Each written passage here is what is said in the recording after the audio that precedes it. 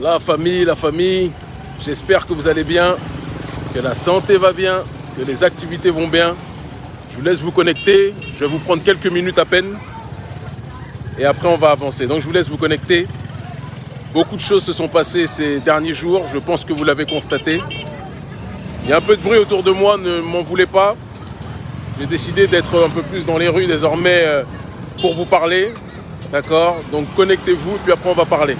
Vous m'avez manqué, ça fait quelques jours. Je commence à prendre goût au fait d'être à vous connecter. Je vous aime profondément, vous le savez. Une grosse pensée pour toutes celles et ceux qui se sont levés pour notre peuple et qui ont été aux quatre coins du monde fauchés dans leur désir et leur volonté absolue de souveraineté, bien souvent trahis par leurs frères ou par leurs sœurs, qui n'étaient rien d'autre qu'instrumentalisés par le colon. Et parfois, ils le faisaient par amour de la trahison, sans être poussés par quelconque colon. On les connaît. Mais notre génération ne pliera devant personne, incassable, inarrêtable. Personne ne peut nous stopper. Génération imbrisable. Vous-même, vous le savez. D'accord? On est de la race des mauvais nègres, c'est-à-dire les nègres qui ne se laissent dicter leur conduite par personne et qui décident d'accomplir envers et contre tous leur propre destinée. Alors je vous laisse vous connecter. Est-ce que je me mets comme ça ou comme ça? Je pense que comme ça il y a un petit peu plus de lumière, donc on va rester comme ça. J'espère que vous m'entendez. Oui, j'ai vu que les autres bolos de BFM, j'ai vu que les autres idiots de BFM m'ont fait de la pub et je les remercie. On a gagné plusieurs milliers de followers grâce à eux. Bon, avec ou sans eux, on les aura eu, mais on les remercie beaucoup vraiment. Ce sont des merveilleux agents de pub, c'est le cas de le dire. Et j'en profite d'ailleurs pour rappeler que BFM est une chaîne qui est dirigée, comme ça vous permettra de comprendre.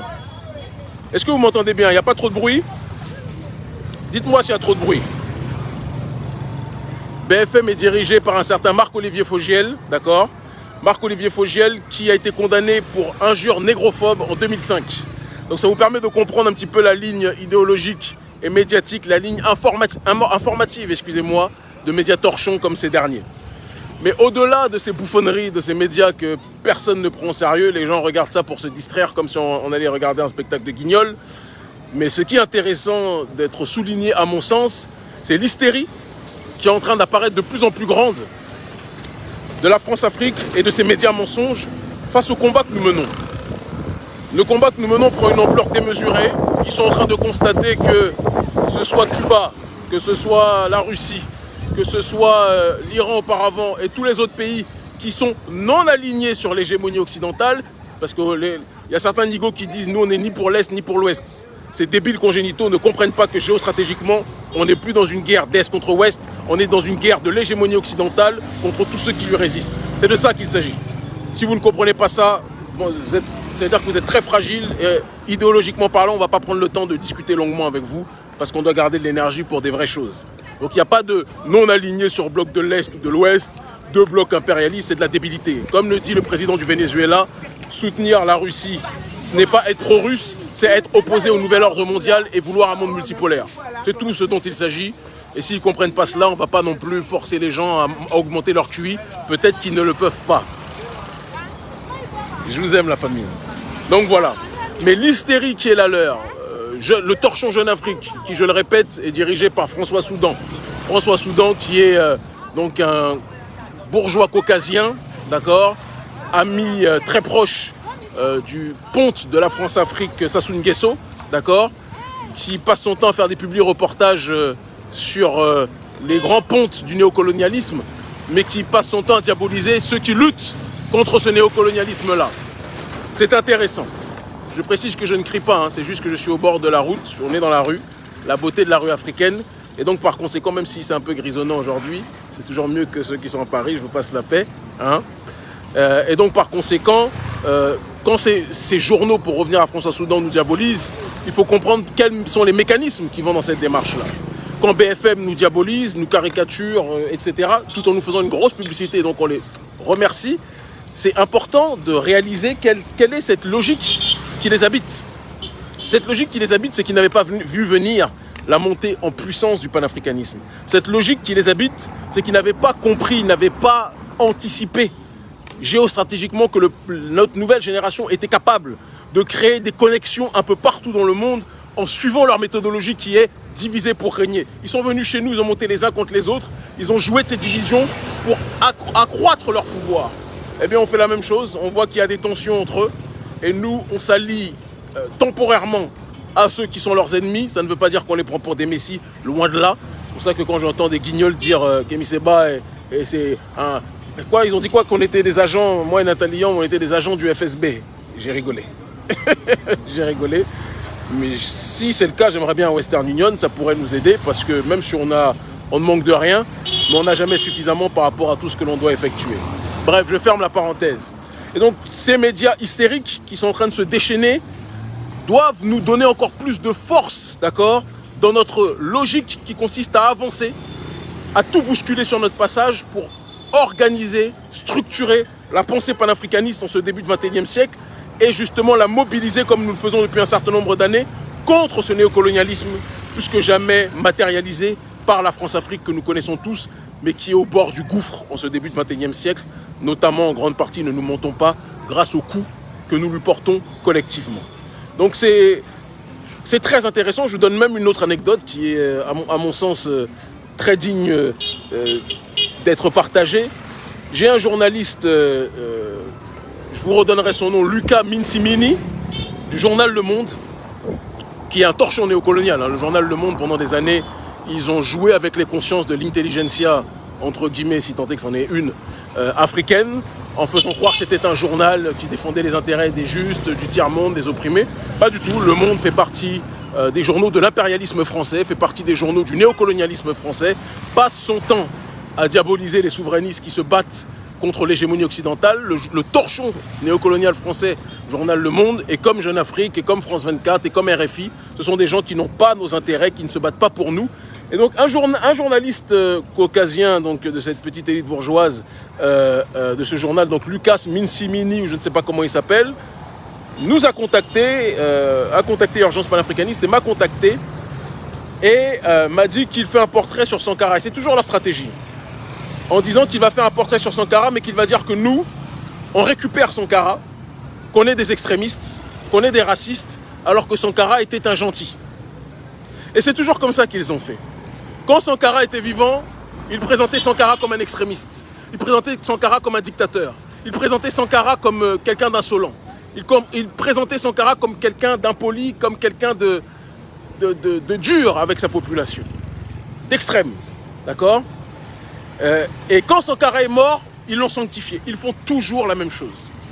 C'est un torchon qui va sortir. Je sais qu'il y a un certain nègre de maison qui ont participé à ce torchon, d'accord, portrait soi-disant célébré par Le Monde. Et je dis donc à tous nos frères aussi et sœurs qui sont, comment dirais-je, hypnotisés dès que la presse impérialiste leur donne la parole, on dirait qu'ils sont en chaleur. Et donc ils se précipitent sur les micros pour répondre, tout content que le système de l'élite, l'oligarchie blanche, leur donne quelque part la possibilité d'exister. Il n'y a rien de plus dramatique que d'attendre l'autorisation de l'Occident pour exister. Je dis à ces derniers, réveillez-vous, parce que c'est vous qui leur donnez du crédit. Il faut réfléchir sur cette réalité. Donc ça, c'était un point qui était important d'être énoncé. Donc il y a un torchon qui va sortir sur ce sujet, où ils nous présenteront comme des extrémistes. Mais Sankara, s'il était vivant, Sankara serait beaucoup plus de notre côté que du côté de ceux qui lèchent les pieds du journal Le Monde, qui lèchent les pieds des médias néocoloniaux et qui diabolisent le Mali, qui diabolisent le panafricanisme, qui diabolisent notre démarche souverainiste de manière générale. Sankara se serait adapté à la nouvelle géostratégie, puisque le contexte géopolitique du XXIe siècle n'est en aucun cas le contexte géopolitique du XXe siècle. Le mur de Berlin est tombé, le bloc de l'Est et le bloc de l'Ouest n'existent pas. Quand Sankara était dans une logique beaucoup plus non alignée, ça avait beaucoup plus de sens, évidemment. Là où aujourd'hui, il n'y a pas d'alignement à avoir, il y a deux tendances en effet. L'Occident et son hégémonie. Bonjour mon frère, ça va bien?